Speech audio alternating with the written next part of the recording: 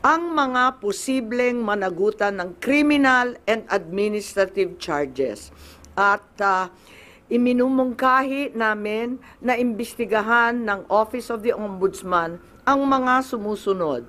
Una, si DOJ Secretary Remulla Boying maaring managot sa violation of RA 3019, Anti-Graft and Corrupt Practices for sanctioning an invalid administrative arrest against the former president in contravention of the ruling of the Supreme Court in the 2023 case of Immigration versus Juan Wenle.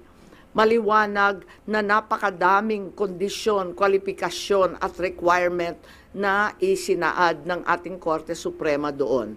Ikalawa, usurpation ng DOJ ng judicial functions. Kahit hindi sila korte, naghahatol sila na halos sila ang naging husgado. Ikatlo, grave misconduct and conduct prejudicial to the best interest of public service. Ikalawa, baka managot din si General Romel Francisco D. Marbil, ang Chief PNP, sa arbitrary detention, Article 124 ng Revised Penal Code. Violation of RA 3019, Anti-Graft and Corrupt Practices for inducing or persuading General Torre to perform an act in violation of laws, rules, and regulations or an offense in connection with the official duties of the latter. Grave misconduct and conduct prejudicial to the best interest of public service.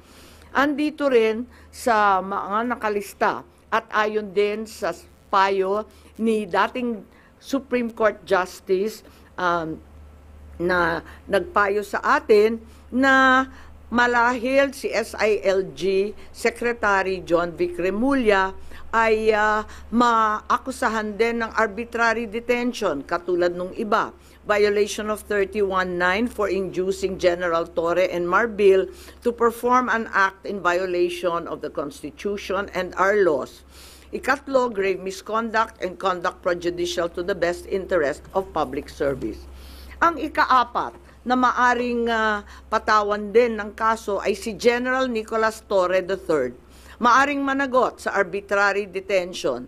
2 counts of arbitrary detention, not only against the former president, but also against former Executive Secretary Medialdea. Ikalawa, violation of RA 7439 for not allowing the former president to be visited by VP Sara, both his daughter and his named counsel, and for forcing the former president's lawyers to leave him. Also, the violation of 3019 for allowing himself to be induced or persuaded by General Marbil or SILG Remulla to perform an act in violation of law, rules, and regulations in connection with his official functions. Grave misconduct and conduct prejudicial to the best interest of public service ay maaari ring ipataw laban kay General Torre. Ikalima, Ambassador Marcos V. Lacanilao. Maaring managot sa usurpation of official functions, Article 177 of the Revised Penal Code, pagsisinungaling sa ibang kaso at perjury sa ilalim ng Article 183 of the Revised Penal Code, false testimony in other cases, and perjury in solemn affirmation under Article 183 of the Revised Penal Code, at conduct prejudicial to the best interest of the service.